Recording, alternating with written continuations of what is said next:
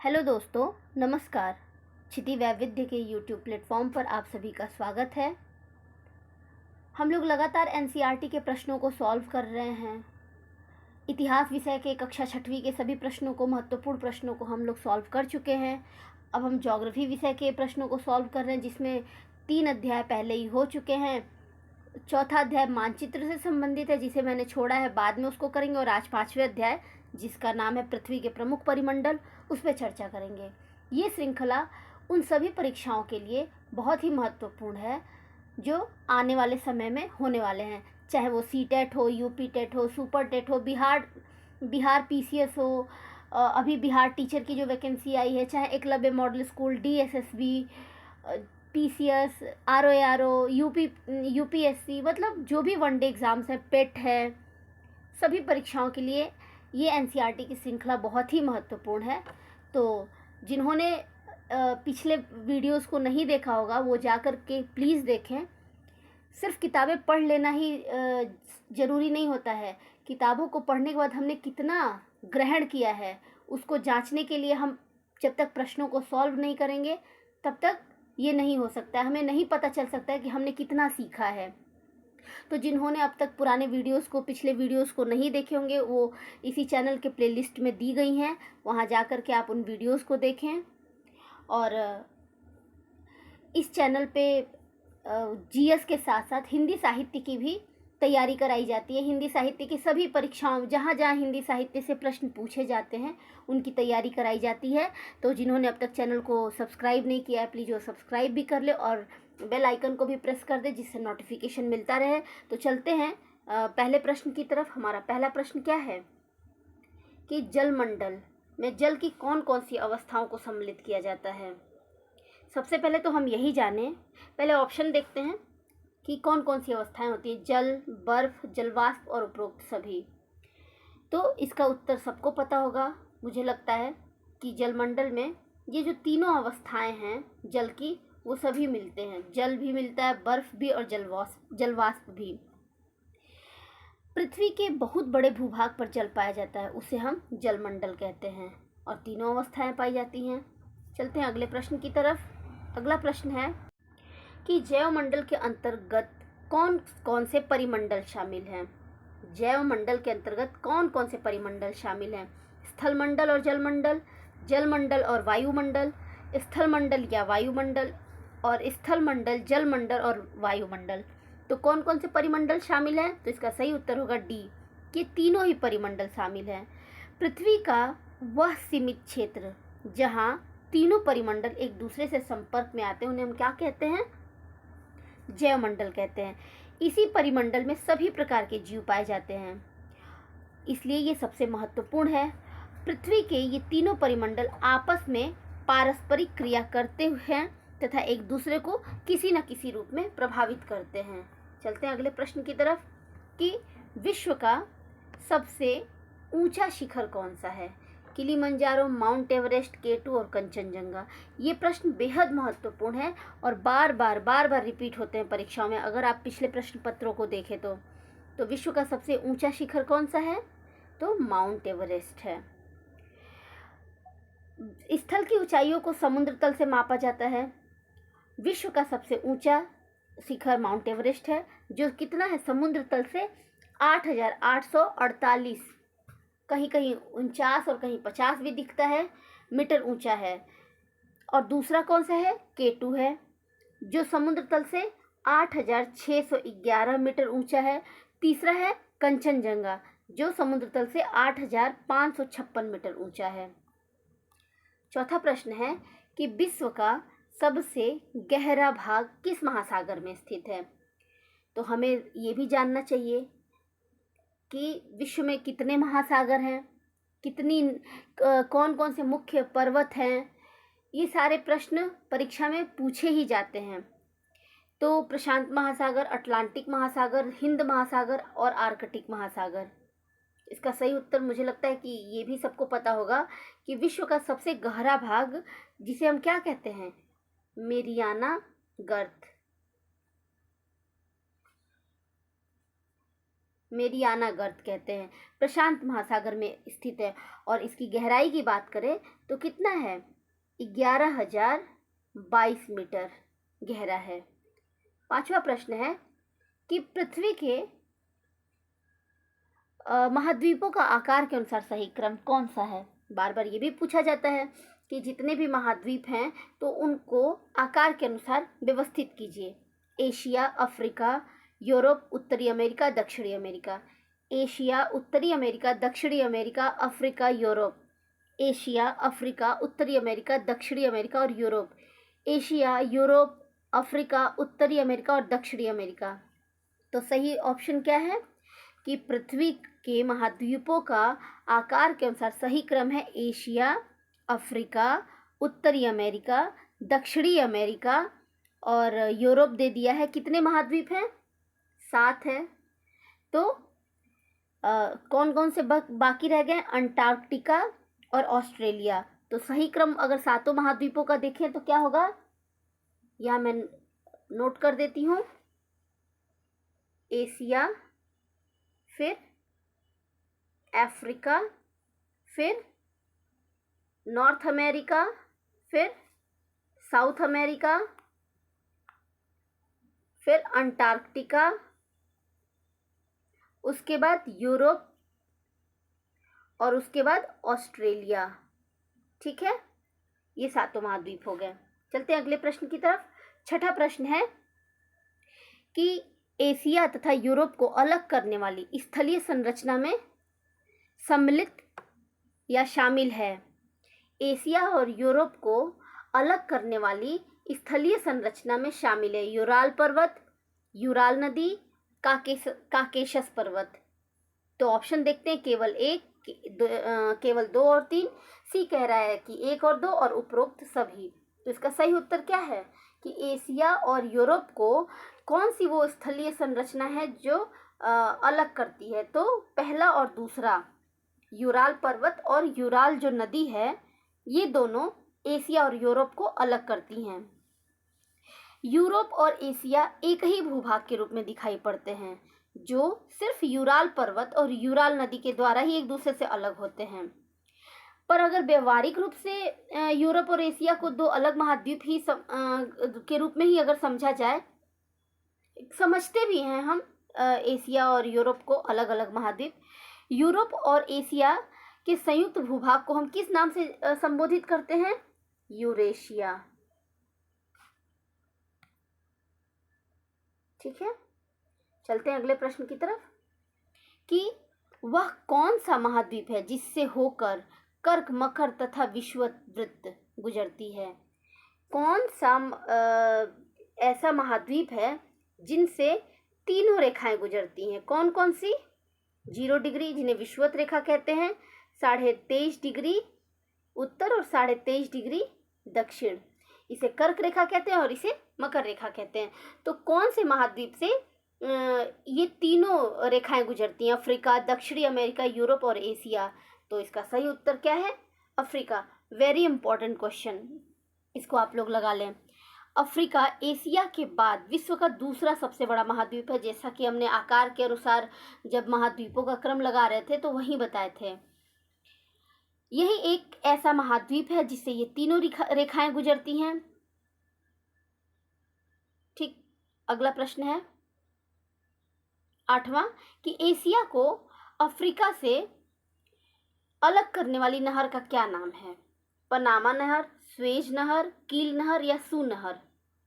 Asia को Africa से कौन सी नहर अलग करती है। तो इसका सही उत्तर क्या है, स्वेज नहर। इसी चैनल पे स्वेज नहर के संदर्भ में भी हमने एक शॉर्ट वीडियो बनाया है, अतीत के झरोखों में करके प्लेलिस्ट का नाम होगा, तो आप जा करके देख भी सकते हैं और वो प्लेलिस्ट बहुत ही महत्वपूर्ण है। तो मिस्र के सिनाई प्रायद्वीप में कहाँ बनाई गई है स्वेज नहर, मिस्र के सिनाई प्रायद्वीप में बनाई गई है, जो विश्व की सबसे बड़ी किस प्रकार की झील है। तो कृत्रिम है, क्योंकि बनाई गई है, निर्मित की गई है। यह नहर भूमध्य सागर को लाल सागर से जोड़ती है। वेरी इंपॉर्टेंट फैक्ट है कि किसको जोड़ती है, तो भूमध्य सागर को लाल सागर से जोड़ती है। ठीक है। एशिया महाद्वीप को अफ्रीका महाद्वीप से अलग करती है। 1869 में इस नहर को जहाज़ों के आवागमन के लिए खोल दिया गया, जिसके कारण क्या हुआ, यूरोप और एशिया के बीच की जो दूरी थी वो काफ़ी कम हो गई। चलते हैं अगले प्रश्न की तरफ। 9वां प्रश्न है कि उत्तरी अमेरिका तथा दक्षिणी अमेरिकी महाद्वीप किस देश में मिलते हैं? दोनों का जो मिलन स्थल है वो कौन सा देश है? पनामा, कोस्टारिका, निकारागुआ और होंडुरास। तो इसका सही उत्तर क्या है कि ये दक्षिणी उत्तरी अमेरिका और दक्षिणी अमेरिकी महाद्वीप पनामा में मिलते हैं। ये पनामा देश की पूर्वी सीमा में एक संकरी स्थल से जुड़े हुए हैं, जिसे हम पनामा स्थल संधि भी कहते हैं। यह स्थल संधि अटलांटिक महासागर को प्रशांत महासागर से भी अलग करती है। तो ये बहुत ही इम्पोर्टेंट फैक्ट है। अगला प्रश्न है 10वां कि दक्षिणी अमेरिकी महाद्वीप के संदर्भ में नीचे दिए गए कथनों पर विचार कीजिए। इस महाद्वीप के पूर्व में प्रशांत महासागर तथा पश्चिम में अटलांटिक महासागर है। दक्षिणी अमेरिकी महाद्वीप की बात हो रही है कि इसके पूर्व में प्रशांत महासागर और पश्चिम में अटलांटिक महासागर है। विश्व की सबसे लंबी पर्वत श्रृंखला एंडीज इसके उत्तर से लेकर दक्षिण की ओर फैली हुई है। और तीसरा है कि इस महाद्वीप में विश्व की सबसे बड़ी नदी अमेजन नदी बहती है। तो कौन सा कथन सत्य है? 1 और 2, 2 और 3, 1 और 3 और डी कह रहा है कि उपरोक्त सभी। तो इसका सही उत्तर क्या है? बी। दूसरा और तीसरा जो कथन है वो सही है। पहला कथन क्यों गलत है कि इस महाद्वीप के पूर्व में क्या है? अटलांटिक महासागर है और पश्चिम में प्रशांत महासागर है। अगर इसको उलट दें तो ये लाइन भी सही हो जाएगी। दक्षिण अमेरिका महाद्वीप का अधिकांश भाग दक्षिणी गोलार्ध में स्थित है और एंडीज पर्वत इसके उत्तर से लेकर दक्षिण की ओर फैली है और विश्व की सबसे बड़ी नदी अमेजन इसी महाद्वीप में बहती है। 11वां प्रश्न है कि किस महाद्वीप को द्वीपीय महाद्वीप कहते हैं? उत्तरी अमेरिका, अंटार्कटिका, यूरोप और ऑस्ट्रेलिया। किस महाद्वीप को हम द्वीपीय महाद्वीप कहते हैं? तो ऑस्ट्रेलिया को हम कहते हैं। ये चारों तरफ से महासागरों और समुद्रों से घिरा हुआ है, इसके कारण हम इसको ये द्वीपनुमा दिखाई देता है या द्वीपनुमा है भी, इसके कारण हम इसे द्वीपीय महाद्वीप कहते हैं। और ऑस्ट्रेलिया जो है ये विश्व की का सबसे छोटा महाद्वीप है जो कि पूरी तरह से दक्षिणी गोलार्ध में स्थित है।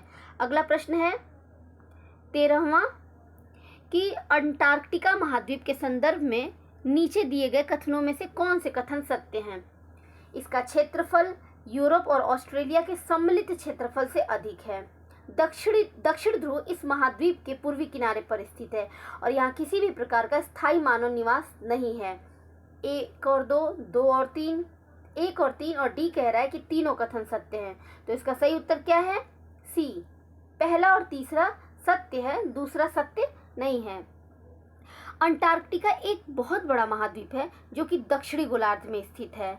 दक्षिण ध्रुव इस महाद्वीप के मध्य में स्थित है।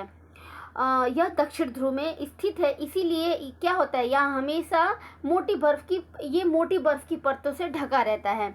बहुत से देशों के शोध केंद्र यहीं स्थित हैं। भारत के भी शोध संस्थान यहाँ हैं जिनके नाम हैं मैत्री और दक्षिण गंगोत्री। अगला प्रश्न है कि आकार के आधार पर महासागरों का सही क्रम कौन सा है? महासागरों के सही क्रम को हमें लगाना है प्रशांत महासागर, हिंद महासागर, अटलांटिक महासागर, दक्षिण महासागर और आर्कटिक महासागर। तो देखते हैं पहला, दूसरा, तीसरा, चौथा और पांचवा।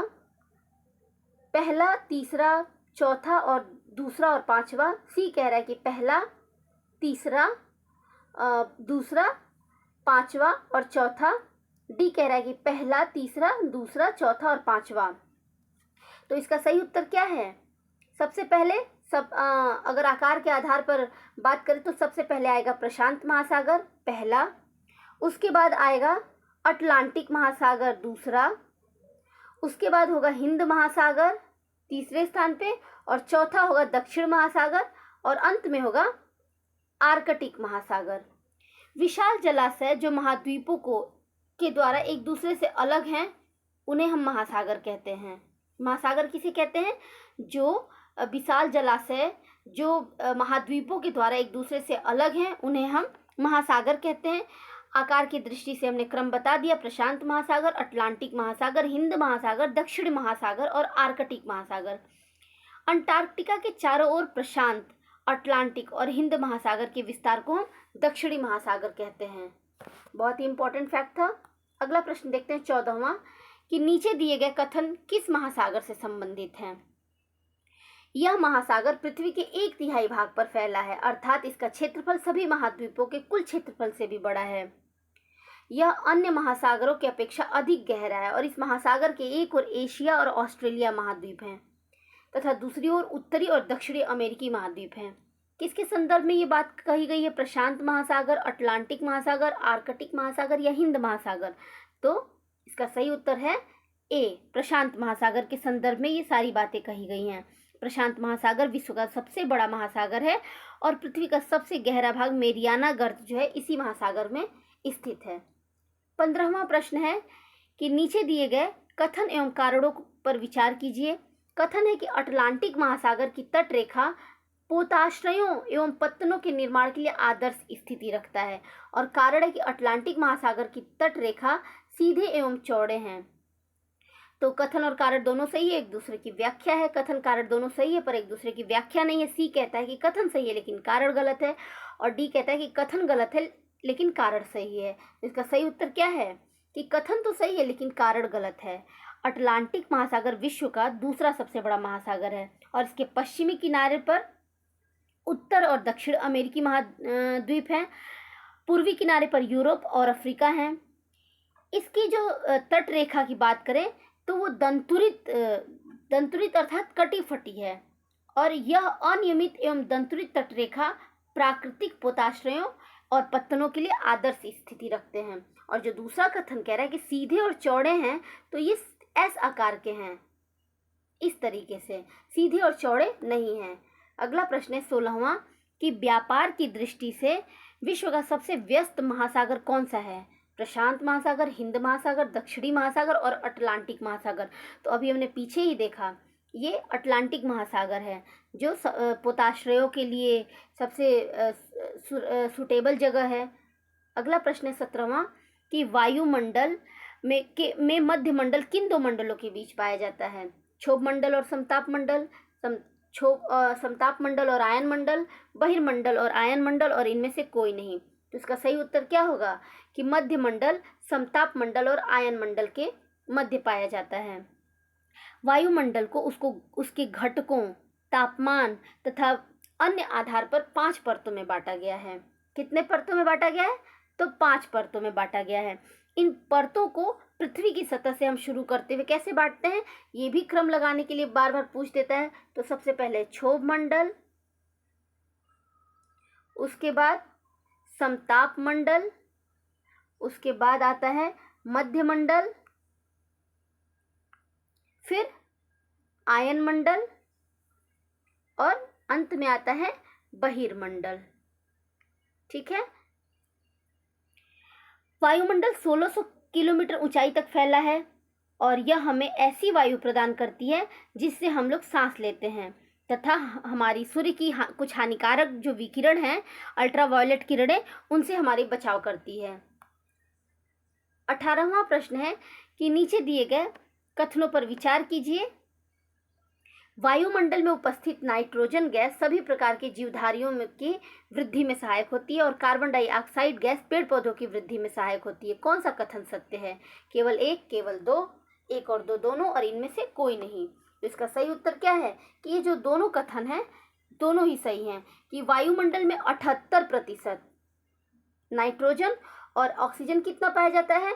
तो लगभग 21% ऑक्सीजन और 1% में अन्य सभी गैसें आती हैं।